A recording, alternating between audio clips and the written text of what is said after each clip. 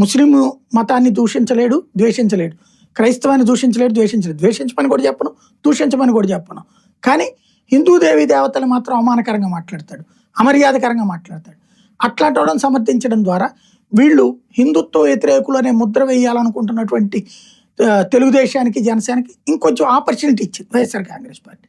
దాన్ని వీళ్ళు ఎంత కన్విన్స్ చేసినా ఏది దాన్ని ఏమంటారు చూడు, ఆల్జిబ్రా లాంటిది అనమాట. వాళ్ళకి తప్పించి ఎవరికి అర్థం కాదు అది వాళ్ళు చెప్పే వివరణ. కానీ ఒకటిసారి 2 ఘటనల్లో కూడా మీరు ఇందాక అన్నట్టు 2 ఘటనల్లోనూ పవన్ కళ్యాణ్ గారు టార్గెట్ అయ్యారు. కృష్ణారావుని ఎక్కడికెక్కడ అరెస్ట్ చేసి తీసుకెళ్తున్నప్పుడు వాళ్ళ జన సైనికులు వచ్చి ఆయన మీద కోడిగుడ్లో లేదంటే రాళ్ళు దాడి చేసే ప్రయత్నం కానీ, ఇక్కడ కూడా ఆయన మీద నిందలు వేయడం కానీ, దీని మీద 2 విషయాల్లోనూ టార్గెట్ అయ్యారు. ఎందుకు? ఎవరు టార్గెట్ చేశారు? ఆయనకి ఆయనే టార్గెట్ లోకి వచ్చాడు. ఎవరు చేశారు ఆయన్ని?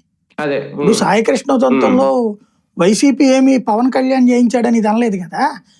తెలుగుదేశాన్ని ప్రభుత్వాన్ని కాపాడటం కోసం ఆయన వచ్చి నెత్తిరేసుకున్నాడు. అందులో ఎవరు టార్గెట్ చేశారు? అప్పుడు కూడా పవన్ వాళ్ళ సొంత పార్టీ కార్యకర్త, బయట వ్యక్తి కాదు. అదే ఇప్పుడు అదే వైసీపీ కార్యకర్త అయి ఉన్నారనుకోండి, వేరేగా చెప్పుండేవాడు. ఇప్పుడు మేము మా కార్యకర్త అయినా చంపేస్తే తప్పు లేదని ఆయన అన్నారా? పోనీ మా కార్యకర్త ఆయన ఒప్పుకున్నాడా? లేదు కదా. ఆయన